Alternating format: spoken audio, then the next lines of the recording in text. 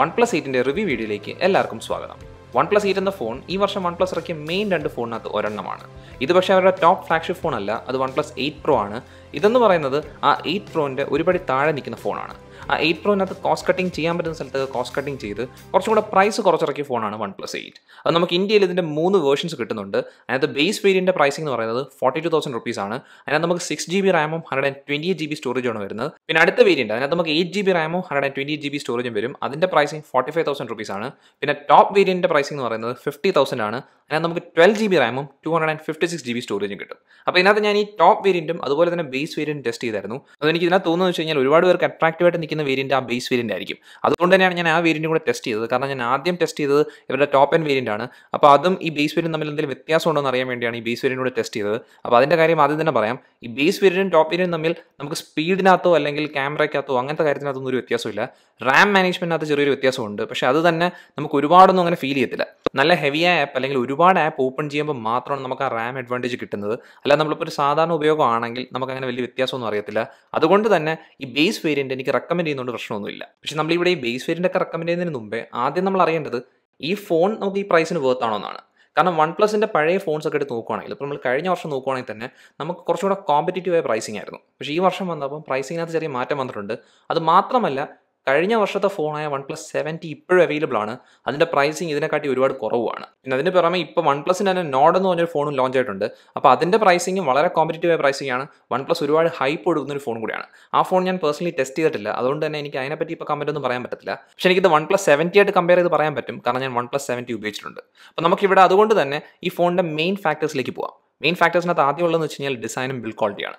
ഈ ഫോണിൻ്റെ ഡിസൈൻ കാണുമ്പോൾ നിങ്ങൾ പണ്ട് തൊട്ടേ കണ്ടുപഴകിയൊരു ഡിസൈൻ, പ്രത്യേകിച്ചും OnePlus ഫോൺസിൽ കണ്ടുപഴകിയൊരു ഡിസൈൻ. OnePlus 7 സീരീസിനകത്തൊക്കെ ഇതേ സെയിം ഡിസൈൻ ആയിരുന്നു. വളരെ ക്ലീൻ ആയ ഒരു ഡിസൈനാണ്. ബാക്കിലും ഫ്രണ്ടിലും ഗ്ലാസ് വരും. പിന്നെ ഒരു മെറ്റൽ റെയിലാണ് പോകുന്നത്. ഈ മെറ്റൽ റെയിൽ അലുമിനിയം ആണ്. പിന്നെ ഈ ഫ്രണ്ട് ഗ്ലാസും ബാക്ക് ഗ്ലാസും അത് ഗൊറില്ല ഗ്ലാസ് 5 ആണ്. ഈ OnePlus 8 ലോഞ്ച് ആയിട്ട് ഒരു 3 മാസം കഴിഞ്ഞിട്ടുണ്ട്. അതും ഞാൻ ഈ യൂണിറ്റ് ഉപയോഗിക്കാൻ തുടങ്ങിയിട്ട് ഒരു 1.5 മാസമായിട്ടുണ്ട്. എന്നിട്ട് തന്നെ ഇതിൻ്റെ റെയിലോ അല്ലെങ്കിൽ ബാക്ക് ഗ്ലാസ് ഒക്കെ നോക്കാൻ നേരത്തെ അതിനകത്ത് സ്ക്രാച്ച് ഒന്നുമില്ല. അതും ഫ്രണ്ട് ഗ്ലാസ്സിൽ പോലും ഞാൻ സ്ക്രീൻ ഗാർഡ് ഒട്ടിച്ചിട്ടില്ല. എന്നിട്ട് പോലും അതിനകത്ത് സ്ക്രാച്ച് ഇല്ല. അപ്പോൾ നമ്മളിവിടെ ഒരു കാര്യം എടുത്ത് പറയേണ്ടതെന്ന് വെച്ച് കഴിഞ്ഞാൽ ഇതിൻ്റെ ഗ്ലാസ് നോക്കുവാണെങ്കിൽ കർവ്ഡ് ആയ ഗ്ലാസ് ആണ്. അതിപ്പോൾ ഫ്രണ്ടിലായാലും ബാക്കിലായാലും കർവ്ഡ് ആയ ഗ്ലാസ് ആണ്. അപ്പോൾ അതെനിക്കൊരു പോരായ്മയായിട്ട് തോന്നുന്നൊരു കാര്യമാണ്. അത് ഈ ബാക്ക് ഗ്ലാസിൻ്റെ കാര്യമല്ല പറയുന്നത്, അതിന് പകരം ഫ്രണ്ട് ഗ്ലാസിൻ്റെ കാര്യമാണ് പറയുന്നത്. ഈ ബാക്ക് ഗ്ലാസ് കർവ്ഡ് ആയതുകൊണ്ട് നമുക്ക് പിടിക്കാൻ കറക്റ്റാണ്, നമ്മുടെ കൈ തന്നെ കറക്റ്റായിട്ട് ഇരിക്കും. പക്ഷേ ഈ ഫ്രണ്ട് ഗ്ലാസ് കർവ്ഡ് ആയതുകൊണ്ട് നമ്മൾ ഉപയോഗിക്കുന്ന സമയത്ത് ഒരുപാട് ബുദ്ധിമുട്ടുകൾ അനുഭവപ്പെടും. അതിനകത്ത് ഒന്നെന്ന് പറയാൻ നമ്മൾ ഫോൺ കൈ പിടിക്കാൻ നേരത്ത് ഈ സൈഡ് ഡിസ്പ്ലേ എവിടെയെങ്കിലും നമ്മുടെ കൈ തട്ടുവാണെങ്കിൽ അതൊരു ടച്ച് ഇൻപുട്ടായിട്ട് എടുക്കും. അപ്പോൾ നമ്മളത് ചിലപ്പോൾ ചെയ്യണമെന്ന് ആഗ്രഹിച്ചായിരിക്കത്തില്ല. അപ്പോൾ അത് ഓട്ടോമാറ്റിക്കായിട്ട് ഒരു ടച്ച് റെസ്പോൺസ് ആയിട്ട് എടുക്കും. പിന്നെ രണ്ടാമത്തേന്ന് പറയുന്നത് ഈ ഫ്രണ്ടും കൂടെ കർവ്ഡ് ആയതുകൊണ്ട് ഈ മെറ്റൽ റെയിൽ ഒരുപാട് ചെറുതാണ്.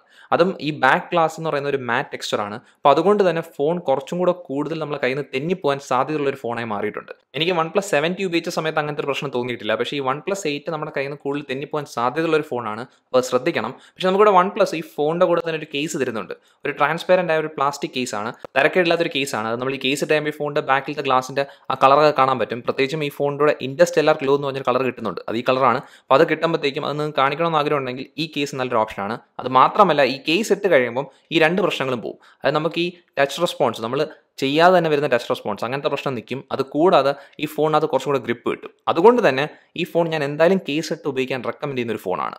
ഇനി അടുത്തൊരു കാര്യം എന്ന് പറയുന്നത് നമുക്ക് ഡ്യൂറബിലിറ്റിക്കകത്ത് വരുന്നതാണ് ഇതിൻ്റെ ബട്ടൺസ്. OnePlusനകത്ത് ബട്ടൺസിനകത്ത് ഒരിക്കലും കംപ്ലയിൻറ്റ് എനിക്ക് വന്നിട്ടില്ല. അതിവിടെ അങ്ങനെ തന്നെയാണ്. നല്ല ക്വാളിറ്റിയുള്ള ബട്ടൺസ് ആണ്. അതുകൊണ്ട് തന്നെ നമുക്ക് നല്ല ഫീഡ്ബാക്ക് കിട്ടുന്നുണ്ട്. പിന്നെ ആൻഡ്രോയിഡ് ഫോൺസിനകത്ത് മ്യൂട്ട് അൺമ്യൂട്ട് സ്ലൈഡർ വരുന്ന ഒരേ ഒരു ഫോൺ എന്ന് പറയുന്നത് OnePlus ആണ്. അത് നമുക്ക് ഇവിടെയും കിട്ടുന്നുണ്ട്.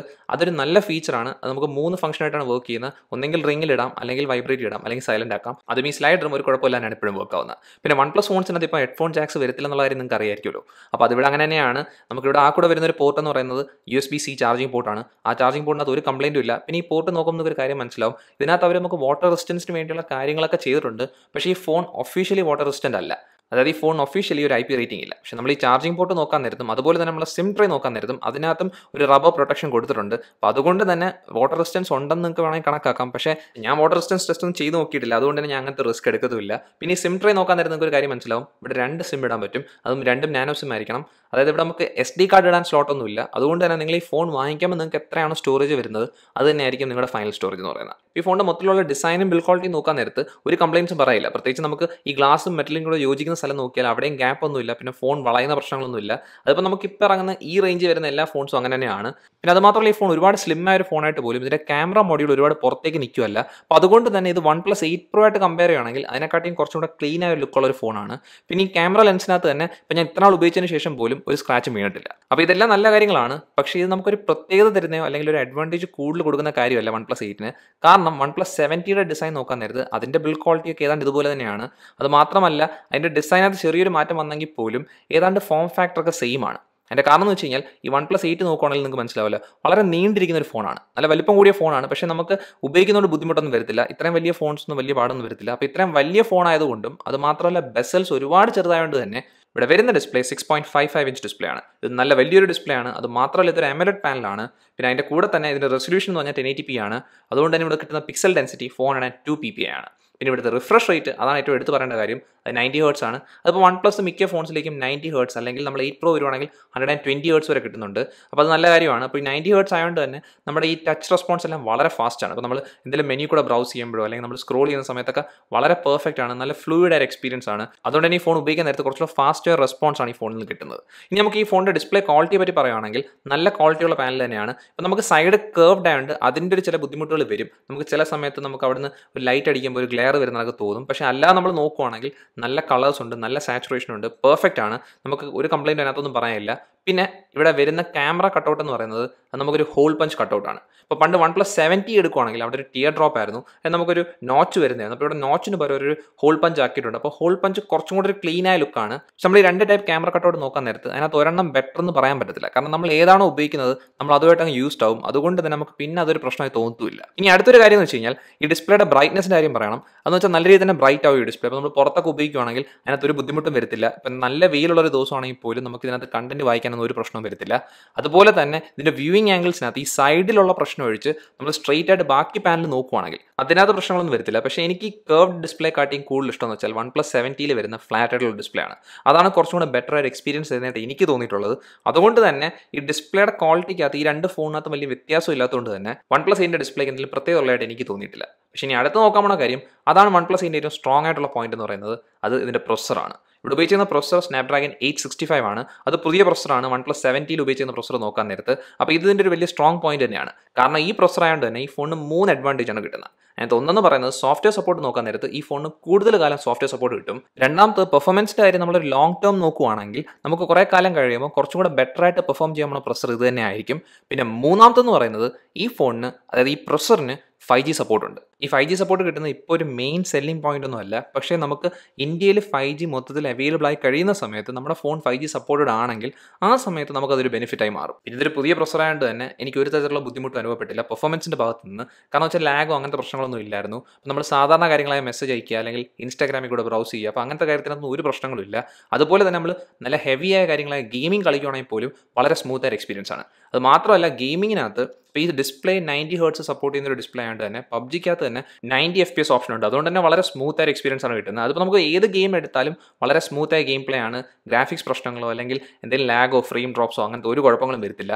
പക്ഷേ നമ്മൾ ഇപ്പം ഒരു 70 ആയിട്ട് കമ്പയർ ചെയ്യുവാണെങ്കിൽ 70-ൽ നിന്ന് ഭയങ്കര ഒരു പെർഫോമൻസ് വ്യത്യാസമില്ല ഈ OnePlus 8-ന്. ചില ഹെവിയായ കാര്യങ്ങൾ ലോഡ് ചെയ്യുമ്പോഴോ അല്ലെങ്കിൽ നമുക്ക് എന്തെങ്കിലും ഒരു ഹെവി ടാസ്ക് ചെയ്യുമ്പോൾ മാത്രമാണ് സ്പീഡ് ഡിഫറൻസ് അറിയുന്നത്. അല്ല നമ്മളിപ്പോൾ നോർമലായിട്ടുള്ള ദിവസങ്ങളുടെ ഉപയോഗമാണെങ്കിൽ അതിനകത്ത് സ്പീഡ് ഡിഫറൻസ് ഒന്നും അറിയത്തില്ല. പക്ഷേ അതൊരു കാര്യം ശ്രദ്ധിക്കണം, അത് ഇപ്പോഴത്തെ കാര്യമാണ്. നമ്മൾ കുറച്ച് നാൾ കഴിയുമ്പോഴത്തേക്കും ഈ പെർഫോമൻസിനകത്ത് മാറ്റങ്ങൾ വരാം. അത് മാത്രമല്ല സോഫ്റ്റ്വെയർ സപ്പോർട്ടിൻ്റെ കാര്യം നിങ്ങൾ എന്തായാലും ഓർമ്മ വെച്ചോണം. പിന്നെ ഞാൻ ഒന്നുകൂടെ ആദ്യം പറഞ്ഞൊരു കാര്യം എടുത്ത് പറയുകയാണ്, ഞാൻ ഈ ബേസ് വേരിയൻറ്റും ടോപ്പ് വേരിയൻറ്റും ടെസ്റ്റ് ചെയ്തുകൊണ്ട് തന്നെ ഈ റാം ഡിഫറൻസിനകത്ത് ഉണ്ടെങ്കിൽ പോലും എനിക്ക് സ്പീഡിനകത്ത് അങ്ങനെ പ്രശ്നങ്ങളൊന്നും തോന്നിയില്ല. അത് മാത്രമല്ല റാമിൻ്റെ വ്യത്യാസം അറിയുന്നതെന്ന് പറയുന്നത് ഒരുപാട് ആപ്പ് തുറക്കുമ്പോഴും നല്ല ഹെവി ആപ്പ് തുറക്കുമ്പോൾ മാത്രമാണ്. അപ്പോൾ നമ്മൾ ഈ പ്രൊസസ്സർപരമായ കാര്യം നോക്കാൻ നേരത്ത് ഇതൊരു പുതിയ പ്രൊസസ്സർ ആയതുകൊണ്ട് തന്നെ അങ്ങനത്തെ ഒരു പ്രത്യേകത ഇവിടെ കിട്ടുന്നുണ്ട്. അപ്പോൾ അതൊരു സ്ട്രോങ് പോയിന്റ് ആയിട്ട് തന്നെ എടുത്ത് പറയേണ്ട കാര്യം തന്നെയാണ്. പക്ഷേ നമ്മൾ അടുത്ത കാര്യമായ ക്യാമറ നോക്കാൻ നേരത്ത് അതൊരു നിരാശ വരുന്നൊരു കാര്യമാണ്. അത് സ്മാർട്ട് ഫോൺ ക്യാമറ ഇക്കാലഘട്ടത്തിൽ വളരെ ഇമ്പോർട്ടൻ്റ് ഒരു കാര്യമാകുന്ന നേരത്ത് തന്നെ നമ്മൾ പഴയ ഫോൺ നോക്കാൻ നേരത്ത്, അതായത് 70 നോക്കാൻ നേരത്ത് അതിൽ നിന്ന് ഇമ്പ്രൂവ്മെൻ്റ് ഒന്നും ഇല്ലാത്തൊരു ക്യാമറ വെച്ച് ഇറക്കുന്ന ഒരു ഫോൺ എന്ന് പറയുമ്പം നമുക്കതൊരു വളരെ ഒരു പ്രശ്നമായിട്ട് തന്നെ പറയേണ്ട കാര്യമാണ്. ഇവിടെ നമുക്ക് ബാക്കിൽ 3 ക്യാമറയാണ് വരുന്നത്. അതായത് നമുക്ക് മെയിൻ ക്യാമറ എന്ന് പറയുന്നത് 48 മെഗാ സോണി ക്യാമറയാണ്.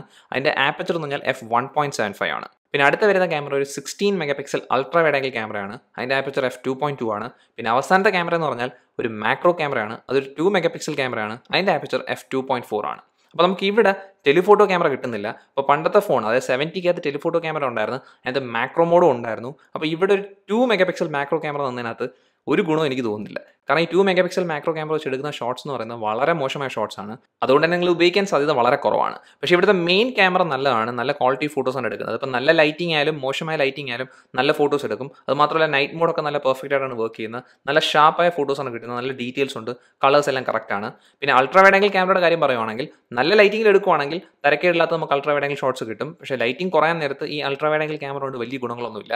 പിന്നെ ഇവിടെ ഒരു ടെലിഫോട്ടോ ക്യാമറ ആണെങ്കിൽ ഒരു ഓപ്ഷൻ കാണിക്കുന്നുണ്ട്, അതായത് നമുക്കൊരു 2x സൂം കാണിക്കുന്നുണ്ട്. പക്ഷേ അതൊരു ഡിജിറ്റൽ സൂം ആണ്, ഒപ്റ്റിക്കൽ സൂം അല്ല. അതെന്തോ ചെയ്യുന്നത് വെച്ച് കഴിഞ്ഞാൽ ഈ മെയിൻ ക്യാമറ സൂം ചെയ്തെടുക്കുന്നതാണ്. അപ്പോൾ അതിനകത്ത് നമുക്ക് ലൈറ്റിംഗ് ഉണ്ടെങ്കിൽ കുഴപ്പമില്ലാതെ ഷോട്ട്സ് കിട്ടുകയും ചെയ്യും. പിന്നെ വീഡിയോ റെക്കോർഡിങ്ങിൻ്റെ കാര്യം പറയുകയാണെങ്കിൽ നല്ല ലൈറ്റിംഗിൽ എടുക്കുകയാണെങ്കിൽ നല്ല ക്വാളിറ്റിയുള്ള വീഡിയോസാണ് എടുക്കുന്നത്. അത് മാത്രമല്ല 70 ആയിട്ട് കമ്പയർ ചെയ്യുകയാണെങ്കിൽ അതിനെക്കാട്ടിയും കുറച്ചുകൂടെ ബെറ്റർ കളർ പ്രൊഫൈലുള്ള വീഡിയോസാണ് ഈ OnePlus 8 എടുക്കുന്നത്. അതുകൊണ്ട് തന്നെ നമുക്കതൊരു കമ്പ്യൂട്ടറിലിട്ട് എഡിറ്റ് ചെയ്യണമെങ്കിൽ കുറച്ചുകൂടെ ബെറ്റർ ആയിട്ട് എഡിറ്റ് ചെയ്യാൻ പറ്റുന്ന ഒരു വീഡിയോ ആണ് ഇവിടെ കിട്ടുന്നത്. പിന്നെ ഫ്രണ്ട് ക്യാമറയുടെ കാര്യം പറയുകയാണെങ്കിൽ ഇവിടെ ഉപയോഗിച്ചിരിക്കുന്ന ഫ്രണ്ട് ക്യാമറ ഒരു 16 മെഗാ പിക്സൽ ക്യാമറയാണ്. അതിൻ്റെ ആപ്പച്ചർ f2.45 ആണ്. അതും ഈ ക്യാമറ വെച്ച് എടുക്കുന്ന ഫോട്ടോസ് അതായത് സെൽഫീസ് എന്ന് പറയുന്നത് നല്ല ക്വാളിറ്റിയുള്ള സെൽഫീസ് ആണ്. അതെന്ന് വെച്ചാൽ നമ്മളിപ്പോൾ നല്ല ലൈറ്റിങ്ങിലോ അല്ലെങ്കിൽ ലൈറ്റിംഗ് കുറഞ്ഞെടുക്കുകയാണെങ്കിലോ കുഴപ്പമില്ലാത്ത സെൽഫീസാണ് കിട്ടുന്നത്. അത്യാവശ്യം ഡീറ്റെയിൽസ് ഒക്കെ ഉണ്ട്. പക്ഷേ അതെന്ന് പറയുന്നത് 70-ലും അങ്ങനെ തന്നെയായിരുന്നു. കാരണം എന്ന് വെച്ച് കഴിഞ്ഞാൽ ഈ രണ്ട് ക്യാമറയും ഏതാണ്ട് ഒന്ന് തന്നെയാണ്, ഈ ഫ്രണ്ട് ക്യാമറ എന്ന് പറയുന്നത്. അതുകൊണ്ട് തന്നെ എനിക്ക് ഈ OnePlus 8ൻ്റെ മൊത്തത്തിലുള്ള ക്യാമറ സിസ്റ്റം എടുത്ത് പറയുമ്പോൾ തന്നെ അങ്ങനെ ഒരു പ്രത്യേകത ഉള്ളതായിട്ടൊന്നും പറയാൻ പറ്റുന്നില്ല OnePlus 70 ആയിട്ട് കമ്പയർ ചെയ്യുമ്പോൾ. പക്ഷേ അടുത്ത കാര്യത്തിനകത്ത് വലിയൊരു പ്രത്യേകതയുണ്ട്, അത് ബാറ്ററിയാണ്. കാരണം ഇവിടെ ഉപയോഗിച്ചിരിക്കുന്ന ബാറ്ററി OnePlus 8ൻ്റെ ബാറ്ററി എന്ന് പറയുന്നത് OnePlus 70-യെക്കാട്ടിയും വലിയൊരു ബാറ്ററിയാണ്. 4300 mAh ബാറ്ററിയാണ്. അത് മാത്രമല്ല ഈ പ്രൊസർ എന്ന് പറയുന്നത് കുറച്ചുകൂടെ പവർ എഫിഷ്യൻ്റ് ആയ പ്രൊസർ ആയതുകൊണ്ട് തന്നെ ഇവിടെ കിട്ടിയ ബാറ്ററി ബാക്കപ്പ് 70-യെക്കാട്ടിയും ഒരുപാട് നല്ലതായിരുന്നു. ഇവിടെ 90 Hz ഓൺ ചെയ്തിട്ട് ഫോൺ നല്ല ഹെവി ആയിട്ട് യൂസ് ചെയ്തപ്പോൾ പോലും എനിക്ക് കിട്ടിയ സ്ക്രീൻ ഓൺ ടൈം ഒരു 6 മണിക്കൂറിനും 6.5 മണിക്കൂറും ഇടയ്ക്കാണ്. അപ്പോൾ നല്ലൊരു സ്ക്രീൻ ഓൺ ടൈം ആണ്. അത് മാത്രമല്ല ഇവിടെ ഫാസ്റ്റ് ചാർജിങ് സപ്പോർട്ട് കിട്ടുന്നുണ്ട്. അതും 30 വാട്ട് ഫാസ്റ്റ് ചാർജിങ് സപ്പോർട്ടാണ് കിട്ടുന്നത്. അതുകൊണ്ട് തന്നെ നമുക്ക് ഫുൾ ചാർജ് ചെയ്യണമെങ്കിൽ ഒരു മണിക്കൂറിനുള്ളിൽ തന്നെ ഫുൾ ചാർജ് ആവും 0%-ൽ നിന്ന്. അപ്പോൾ അത് വലിയൊരു കാര്യം തന്നെയാണ്. പക്ഷേ ഇവിടെ വയർലെസ് ചാർജിങ് സപ്പോർട്ട് ഇല്ല. അത് എനിക്കൊരു പ്രശ്നമല്ല, കാരണം ഞാൻ വയർലെസ് ചാർജിങ് ഉപയോഗിക്കാറില്ല. പക്ഷേ നിങ്ങൾ വയർലെസ് ചാർജിങ് ഉപയോഗിക്കുന്ന ഒരു വ്യക്തിയാണെങ്കിൽ നിങ്ങൾക്ക് അതൊരു പോരായ്മയായിരിക്കും. പിന്നെ ഇവിടുത്തെ സ്പീക്കേഴ്സിൻ്റെ കാര്യം പറയുകയാണെങ്കിൽ ഒരു ഡ്യുവൽ സ്പീക്കർ സെറ്റപ്പാണ് വരുന്നത്. അത് ഈ താഴത്തതും അതുപോലെ തന്നെ ഇയർ പീസും സ്പീക്കറാണ്. നല്ല ക്വാളിറ്റിയുള്ള സ്പീക്കേഴ്സാണ്, നല്ല സൗണ്ട് ഔട്ട്പുട്ടാണ് വരുന്നത്, നല്ല ക്വാളിറ്റി സൗണ്ട് ഔട്ട്പുട്ടാണ്. അത് മീൻ നല്ല സ്പീക്കേഴ്സും അതിനോട് തന്നെ വലിയൊരു ഡിസ്പ്ലേയും കിട്ടുന്നതുകൊണ്ട് തന്നെ വീഡിയോ കാണാൻ പെർഫെക്റ്റ് ആയ എക്സ്പീരിയൻസ് ആണ് ഈ OnePlus 8 നിന്ന് കിട്ടുന്നത്. പിന്നെ ഇതിനകത്ത് എടുത്തു പറയേണ്ട ഒരു കാര്യങ്ങളുണ്ട്, ഇതിൻ്റെ ഇയർ പീസിൻ്റെ ക്വാളിറ്റി നല്ലതുകൊണ്ട് തന്നെ കോൾസിനൊക്കെ പറ്റിയൊരു ഫോണാണ് OnePlus 8 എന്ന് പറയുന്നത്. പിന്നെ ഇവിടെ ഉപയോഗിച്ചിരിക്കുന്ന ബ്ലൂടൂത്ത് വേർഷൻ്റെ കാര്യത്തിൽ നിങ്ങൾക്ക് സംശയം ഉണ്ടെങ്കിൽ അത് ബ്ലൂടൂത്ത് 5.1 ആണ്. അപ്പോൾ അത് പുതിയതാണ്. അതുപോലെ തന്നെ Wi-Fi 6ൻ്റെ സപ്പോർട്ട് ഉണ്ട്. പിന്നെ ഇവിടെ NFC-യും കിട്ടുന്നുണ്ട്. പിന്നെ നമുക്കിവിടെ ഫിംഗർ പ്രിന്റ് സ്കാനർ വരുന്നുണ്ട്. അതൊരു ഇൻ ഡിസ്പ്ലേ ഫിംഗർ പ്രിന്റ് സ്കാനറാണ്. അതും OnePlusൻ്റെ in display fingerprint scanner നല്ല ഫാസ്റ്റും ആക്യുറേറ്റും ആണ്. അപ്പോൾ അത് ഇവിടെ അങ്ങനെ തന്നെയാണ്. അതുകൊണ്ട് തന്നെ നമുക്ക് എറേഴ്സ് ഒന്നും വരത്തില്ല, നമുക്ക് അൺലോക്ക് ചെയ്യാനും എളുപ്പമാണ്. പിന്നെ ഞാനിപ്പോൾ ഈ കാര്യം അവസാനോട് പറയുന്നെങ്കിൽ പോലും OnePlus ഫോൺസിൻ്റെ ഏറ്റവും പ്രത്യേകത ഉള്ള ഒരു കാര്യം എന്ന് പറയുന്നത് അതിൻ്റെ സോഫ്റ്റ്വെയർ തന്നെയാണ്. ഇവിടുത്തെ സ്കിൻ എന്ന് പറഞ്ഞാൽ ഓക്സിജൻ OS ആണ്. അത് ഇവിടുത്തെ ആൻഡ്രോയിഡ് വേർഷൻ അത് 10 ആണ്. നമുക്ക് ആൻഡ്രോയിഡ് 11 ഉടനടി തന്നെ കിട്ടും. അത് മാത്രമല്ല ഈ ഓക്സിജൻ OSൻ്റെ പ്രത്യേകത എന്ന് വെച്ച് കഴിഞ്ഞാൽ വളരെ ക്ലീൻ ആയ ഒരു യൂസർ ഇൻ്റർഫേസ് ആണ്. അതായത് സ്റ്റോക്ക് ആൻഡ്രോയിഡിനൊപ്പം തന്നെ നിൽക്കും, അല്ലെങ്കിൽ അതിലും ബെറ്റർ എന്ന് വേണമെങ്കിൽ പറയാം. കാരണം നമുക്ക് കുറച്ചും കൂടെ നല്ല ബെറ്റർ ഫീച്ചേഴ്സ് നമുക്ക് ഈ ഓക്സിജൻ OSനകത്ത് കിട്ടുന്നുണ്ട്. അപ്പോൾ ഇതെല്ലാം കൂടെ വെച്ച് പറയാൻ നേരത്ത് ഈ OnePlus 8 എന്ന് പറയുന്ന ഫോൺ ഇപ്പം നോക്കുമ്പോൾ നല്ലൊരു ഫോണാണ്, പെർഫെക്റ്റ് ആയ ഒരു ഫോണാണ്. പക്ഷേ ഇതിന് ഏറ്റവും വലിയൊരു കോമ്പറ്റീഷൻ വരുന്നത് OnePlusൻ്റെ തന്നെ സ്വന്തം ഫോണായ OnePlus 70-ൽ നിന്നാണ്. കാരണം OnePlus 70 ആയിട്ട് കമ്പയർ ചെയ്യുമ്പോൾ OnePlus 8ന് കിട്ടുന്ന അഡ്വാൻറ്റേജസ് വളരെ കുറവാണ്. അതിനകത്ത് ഒന്നെന്ന് പറയുന്നത് അതിൻ്റെ പ്രൊസറാണ്, രണ്ടാമത്തെ പറഞ്ഞാൽ ബാറ്ററി, മൂന്നാമത്തെ നമുക്ക് ഈ പുതിയ ബ്ലൂടൂത്ത് വേർഷനും Wi-Fi വേർഷനും വരുന്നതൊക്കെയാണ്. പിന്നെ 5G സപ്പോർട്ട് അത് ആ പ്രൊസർ വഴി വരുന്നതാണ്. അതും ഒരു വലിയ കാര്യം തന്നെയാണ്. പക്ഷേ ഇത്രയാണ് നമുക്ക് ആ കൂടെ കിട്ടുന്ന ഇമ്പ്രൂവ്മെൻറ്റ്സ് എന്ന് പറയുന്നത്. പക്ഷേ നമുക്ക് വരുന്ന പ്രൈസ് ഹൈക്ക് എന്ന് പറഞ്ഞാൽ നല്ല വില കൂടുതലാണ്. കാരണം നമ്മളിപ്പം OnePlus 70യുടെ പ്രൈസും OnePlus 8ൻ്റെ പ്രൈസും കൂടെ നോക്കുവാണെങ്കിൽ ഒരേ വേർഷൻസ് എടുക്കണമെങ്കിൽ ഏതാണ്ട് ഒരു 10,000 റുപ്പീസിൻ്റെ വ്യത്യാസം വരുന്നുണ്ട്. അപ്പോൾ അതൊരു വലിയ വില കൂടുതലായിട്ടാണ് എനിക്ക് തോന്നുന്നത്. അതുകൊണ്ട് തന്നെ നിങ്ങൾ ഈ ഫോൺ വാങ്ങിക്കണോ അതോ OnePlus 70 വാങ്ങിക്കണോ എന്നുള്ള ഒരു തീരുമാനം എടുക്കാൻ വളരെ എളുപ്പമാണ്. കാരണം എന്ന് വെച്ച് കഴിഞ്ഞാൽ നിങ്ങൾക്ക് ഈ പറഞ്ഞ ഈ പ്രൊസറിൻ്റെ ഒരു ഇമ്പ്രൂവ്മെൻറ്റ് അത് ഇപ്പം വളരെ ചെറുതായിട്ടേ തോന്നൂ. നിങ്ങൾക്ക് ഒരു iPhone 11ഉം ഒരു iPhone 10 തമ്മിലുള്ള ഒരു സ്പീഡ് ഡിഫറൻസ് അത് മാത്രം ഇപ്പോൾ തോന്നൂ. പിന്നെ സോഫ്റ്റ്വെയർ സപ്പോർട്ടിൻ്റെ കാര്യം പറയുകയാണെങ്കിൽ ഒരു വർഷം കൂടെ എക്സ്ട്രാ സപ്പോർട്ട് കിട്ടും. പിന്നെ 5Gയുടെ ഞാൻ എടുത്ത് പറയുന്നുണ്ട്. 5G എന്ന് പറഞ്ഞത് ഇപ്പം ഒട്ടും മെയിൻ സ്ട്രീം അല്ല. അത് മാത്രമല്ല ഇത് ഇന്ത്യയിൽ വരാൻ നേരത്ത് 5Gയുടെ പ്രൈസിങ്ങും അതുപോലെ തന്നെ ഈ ഫോൺ ആ സമയത്ത് ഔട്ട്ഡേറ്റഡ് ആവോ ഇല്ലെന്ന് പോലും നമുക്ക് പറയാൻ പറ്റത്തില്ല. അപ്പോൾ അതുകൊണ്ട് തന്നെ 5G എന്നൊരു ഫാക്ടർ വെച്ച് നിങ്ങൾ ഈ ഫോൺ എടുക്കരുത്.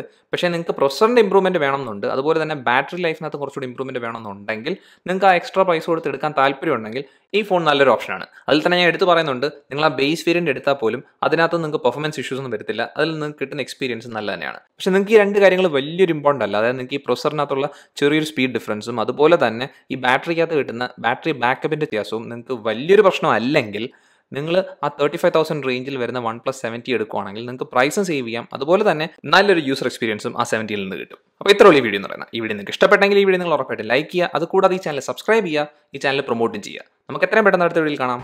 അതുവരെ ബൈ.